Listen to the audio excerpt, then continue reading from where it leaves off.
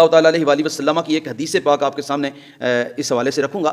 ذرا مفصل حدیث پاک ہے, اس پر ہم غور کریں گے تو ہمارے لیے اس کے اندر بہت کچھ ہے. یہ مختلف کتب احادیث کے اندر موجود ہے.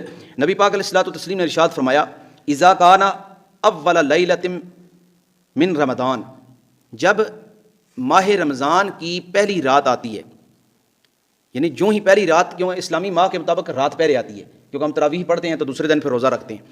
جو ہی چاند نظر آ جاتا ہے رمضان کا تو رات کو ہم نے تراویح پڑھنی ہوتی ہے, تو رات پہلے آتی ہے دن سے. تو جو ہی پہلی رات آتی ہے فتحت ابواب السماء, تو آسمان کے سارے دروازے کھول دیے جاتے ہیں.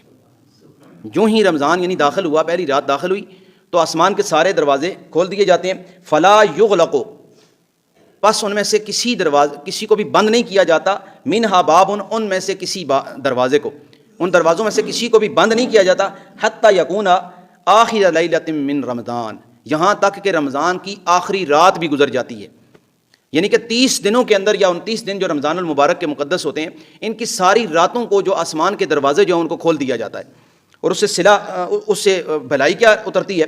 ولیس من عبد مؤمن, اور کوئی بھی بندہ مومن ایسا نہیں ہے, یصلی, جو نماز پڑھتا ہے, فی لیلۃ, رمضان المبارک کی راتوں میں سے کسی رات میں نماز پڑھتا ہے, الا کتب اللہ, مگر اللہ رب العزت لکھ دیتا ہے, لہو, اس کے لیے, الفن و خمسمائۃ حسنہ, 1500 نیکیاں اس کے لیے اللہ تعالیٰ لکھ دیتا ہے. جو شخص بھی رمضان کی راتوں میں سے کسی رات میں نماز پڑھتا ہے, یہ 1500 نیکیاں نماز کا عوض نہیں ہے, نماز کا صلہ نہیں ہے, نماز کی جزا نہیں ہے. بکل سجدۃ, ہر سجدے کے بدلے میں, اس نماز میں جو ایک سجدہ کرتا ہے تو ہر سجدے کے بدلے میں اللہ رب العزت 1500 نیکیاں اس بندے کے نامہ اعمال میں شمار فرماتا ہے.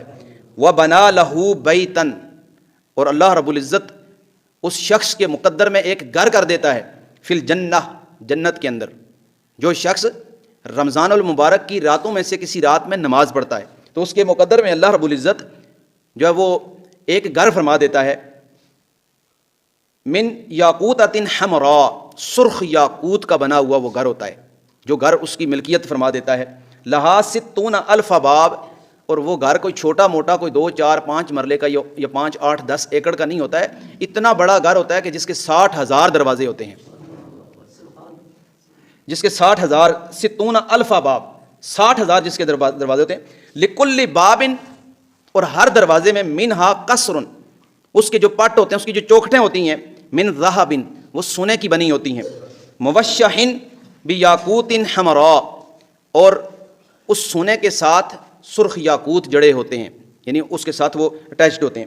فَإِذَا صَامَ, جب کوئی شخص روزہ رکھتا ہے, اول یوم, پہلے دن, من رمضان, رمضان کے مہینے میں کوئی شخص جب روزہ رکھتا ہے, غفر لہ ما تقدم من ذنبہ, اس نے ساری زندگی میں جتنے بھی گناہ کیے تھے ایک روزے کی برکت سے اللہ معاف فرما دیتا ہے. ایک روزہ اس نے رکھا تو اللہ تعالیٰ نے اس کے گناہوں کو معاف فرما دیا. الی مثل ذلک الیوم, اور اسی کے مثل ہر دن, من شہر رمضان, رمضان کے مہینے کے ہر دن اسی کے مثل مغفرت ہوتی رہتی ہے. اور اس کے بعد اس پر کیا انعام ہوتا ہے, واستغفر لہ, اور مغفرت کی دعا کرتے ہیں, طلب کرتے ہیں مغفرت اس شخص کے لیے, روزہ رکھنے والے کے لیے. کل یوم, ہر دن, ہر روز اس روزہ رکھنے والے شخص کے لیے مغفرت کی دعا کرتے ہیں. 70,000 ملک, 70,000 فرشتے اس کے لیے مغفرت کی دعا کرتے ہیں جو شخص روزہ رکھتا ہے.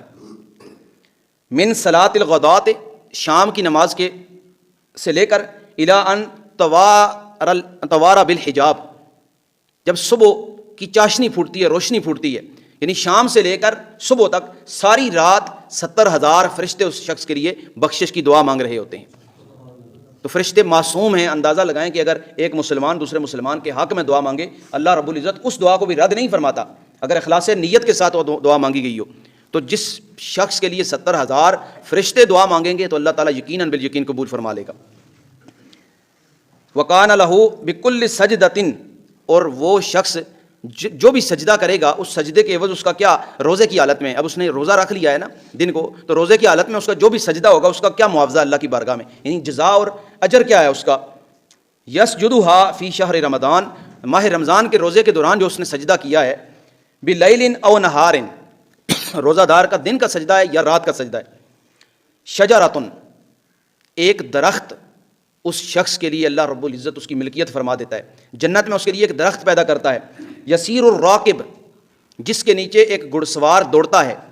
فی ظلھا، اس درخت کے سائے میں. 500 عام، 500 سال تک بندہ اس کے نیچے دوڑتا رہتا ہے گھوڑا. اتنا بڑا درخت اللہ رب العزت اس شخص کے لیے بطور انعام اس کا مقدر فرما دیتا ہے. اب آپ دیکھ لیں